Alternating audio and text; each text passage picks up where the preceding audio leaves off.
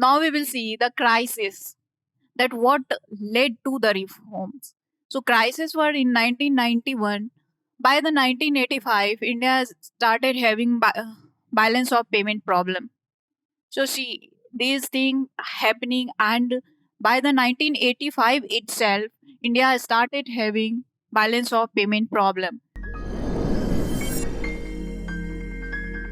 Hello everyone, my name is Sindhu, and today we will see 1991 reform in a brief. See, in 1991, we have taken major economic decisions, which were the mixture of short term and long term guided goals regarding economics. It was the mixture of stabilization measures and structural measures. So now in this session we will see what was the conditions that led to the reform and what has exactly happened in the reforms and what was the impact of the reform after that. So now let's get started. See, if we will see what economic policy means exactly. So in economic policy, it refers to the actions it refers to the actions that governments take into economic fields, like the system for setting level taxations, governments, budgets, money supply, interest rate, as well as labor market, national ownership, and many others area government interventions into the economy. So, especially economic policy is about taking the major decisions which impact our market and labor reforms and labor laws and everything in the field of taxations, budget, and money supply in the economy. Next, we will see what was the conditions that led to the reforms and what was the conditions pre 1991. So pre 1991, as we know that the scenario Indian economy after independence, Indian economy was the, like, we had a very bad colonial experience. That's why we were very aware about our economic policy and we followed and socialism, because all those leaders by that times, because they see the economic of India that times colonial rule as a exploitative in nature. That's why they decided to follow the socialism, and that's that perspective led to the Indian policy as very constructive and restrictive, and that towards the protectionism. Economic planning, that approach was centralized because of their view that the colonial rule is in exploitative in nature. It led to the centralized planning approach, protectionism, a strong emphasis on import substitution. See, because colonial rule was started with a trade only, because East India Company was a trading company which came to India and for trade, and after that, slowly and gradually, they acquire all India, and they get the subjugated the India. That's why our uh, strong emphasis on the import substitutions. Industrializations under the state monitoring, state intervention in micro level, all the businesses, especially labor market and financial market, a large public sector's business regulations. So see one thing, because of the British, because of their economic policy and their rule and their nature, what our leaders that time after independence, they were very very think like British is not what we want. some rule like British. That's why they adopted that, led our economy to become very strong, centralized protectionism, import substitutions, and all businesses, labor markets were especially in public sector regulations. So regulations was very high that time. Next, we will see that what the drawback of that type of thinking, that we have thought that British exploited us, and their nature of rule was very uh, bad for us, and we have, that's why we have adopted a protectionism economic policy. But what was the drawback of that? Because see, that comes at a cost. What we have adopted after independence, that becomes a problem for us only, because put we have been like license raj, permit raj systems, because we have put so much regulations on the industry, and so much regulations in every sectors. And there was a like large number of thing large number of thing in the public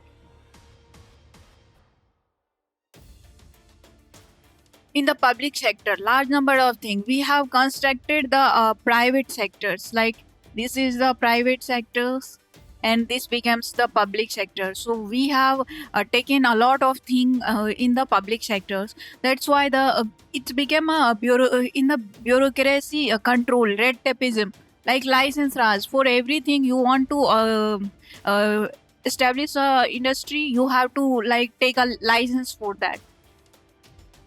These regulations combine red tapeism. So it's led to the like everywhere you have to get through a lengthy bureaucratic process, and required run a business in India in 1947 to 19. See, this period became a very hectic and very exhaustive for the persons who want to establish their businesses, want to establish industry and productions. That's why it's known as the license raj and permit systems. Next, we will see that import substitutions. In these industrializations, trade and economy policy which advocate replacing for foreign imports, domestic production with domestic production. So what does happen due to this constructive policy, our very inward looking policy, we have we thought that we will able to substitute our import, and we have focused, that in second 5 year plan also we have focused heavily on import substitution industry. That's why we everywhere coal plants were established in the second 5 year plan, and we thought that foreign import will be substituted by the domestic productions. But see, that time our condition was not that, because poverty at their peaks, labors we have surplus of labor, but we don't have industry to utilize that labor. So how you think that something very specialized will happen in that sort of period of time? So that's why this also was the backward for backfire for India. And we have a tendency to thought that dependency through the foreign, we will reduce it dependency. But that means monopoly in Indian industry, lack of incentive for them, and improve quality products which hamper the consumer interest. So see, if these all things create a monopoly in the market, like see, if one person is producing one thing, they charge higher prices for the same thing. That's why it's also not a good thing. So now we will see the crisis, that what led to the reforms. So crises were in 1991. By the 1985, India started having balance of payment problem. So see, these things happening, and by the 1985 itself, India started having balance of payment problem. This is due to more expenditure by government where the income generated was less. So due to government policy, government were the major player in market. So government need to supply and pump the money in the market. That's why government expenditures was very high, very heavy, and but income generated was less. See, because heavy industry need a lot of time, lot of investment, and lot of specialized labor. But everything that time we have uh, not ready for that situations. That's why in addition to there was a huge disparity between income and expenditure. So what that led to huge disparity between income and expenditure. So that's why due to government expenditures became higher and income were less. It led to BOP crisis. By the end of 1990, it was a serious economic crisis. It became a serious economic crisis. And the government was close to default. Its central bank has refused to new credit. In 1991, India met the economic crisis relating to external debt. Government was not able to make repayment of its borrowing from abroad. Foreign exchange reserves, which maintain import of petroleums and important items, dropped to a level, and there was a not sufficient even to last for night. The crisis was further compounded by rising prices of essential. So see what happened because of our heavy expenditures in the market by the government. Our BOP becomes unbalanced, and that BOP led to us uh, where we don't have to buy money for buy petrols and everything. And you know that petroleum product is very essential for the economy, which is developing and growing. And when petroleum prices got increased, eh, inflations is a byproduct of that.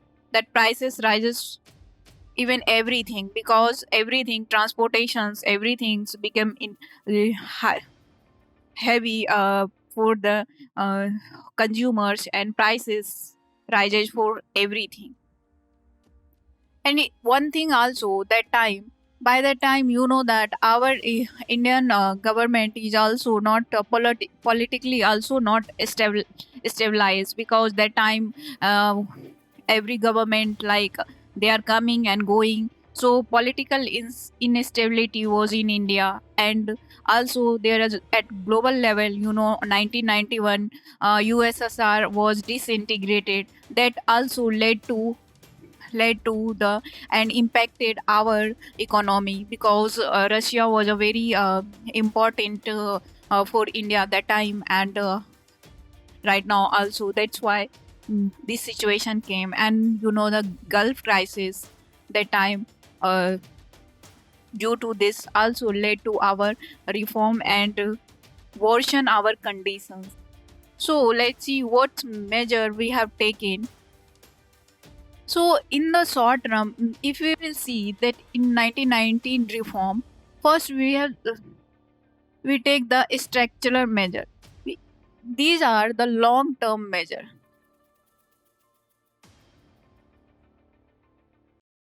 Long term, which was privatizations, liberalization, and globalizations.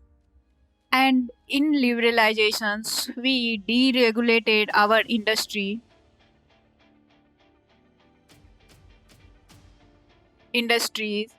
We work on our financial sectors, and tax reform, because previously corporate tax was very high. But after that liberalization policy, we have gave very liberal policy to the private sector and corporate sector. Foreign exchange reform and trade policy were liberalized.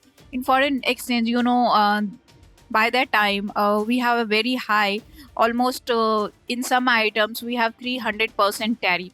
But here we have adopted and cut down that tariff, and we have reduced that tariff rate. And next, what we have done is stabilization. It was a short term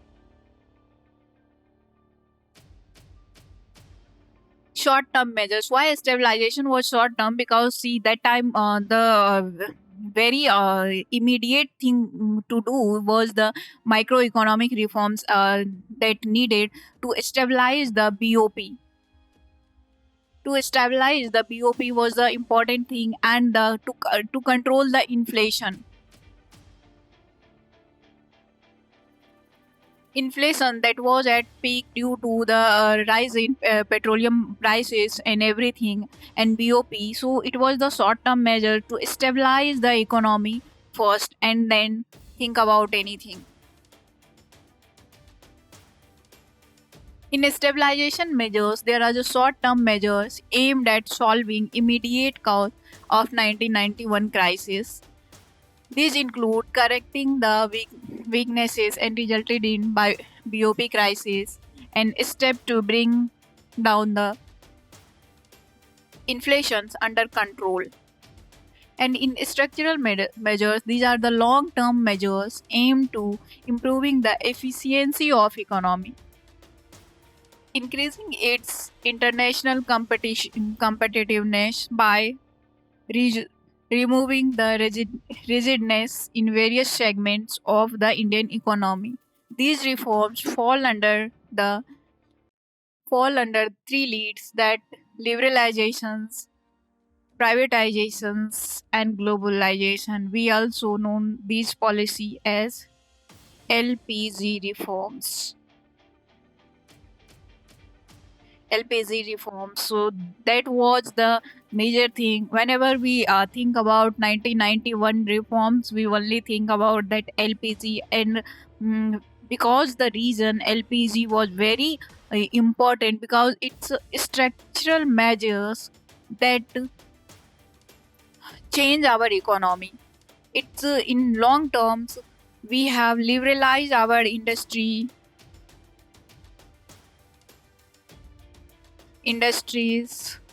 and privatize here.